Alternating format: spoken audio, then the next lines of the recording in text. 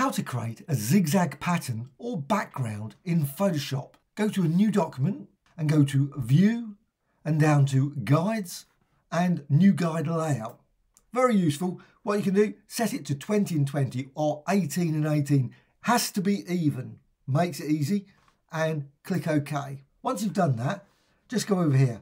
You've got a variety of different tools, but the best one, probably do it, rectangle tool. So rectangle tool and drag and create just a very basic rectangle, all the length of the document. So all the way down, but one cell width. So once you've got that, what you can now do is you can go over here and you can use the curvature pen tool. Now this tool came in fairly recently. It's not in every version. If you've got CS5, CS4, etc., you won't have this. So what you need to do with this, you can go down here and click and add points. So double click and that will add a straight line or corner point. Otherwise it will be a curve, which is not so handy unless you want to create a wave. So double click, and it has to be double click. Now sometimes you might make a mistake. I quite easily do that just by clicking slightly away. You might prefer to zoom in. Makes it easier. By zooming in, you probably can see the line slightly better, and you go all the way down. So now you've got these even points all the way down. What you can now do is you can move them. Just go up here, go to this one, and you can simply drag to the other point here in that cell. And you can go over the side and do exactly the same. And you can repeat that for this one. So click, and again, click that one and drag.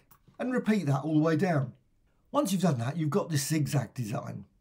But I'm going to go for more colours than just that.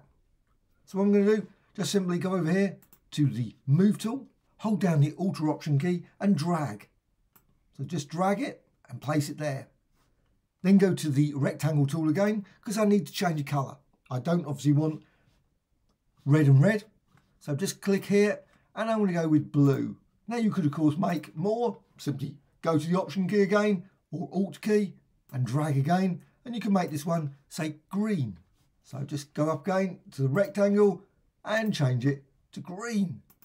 So now you've got fairly complex done. Now you might not want a white background.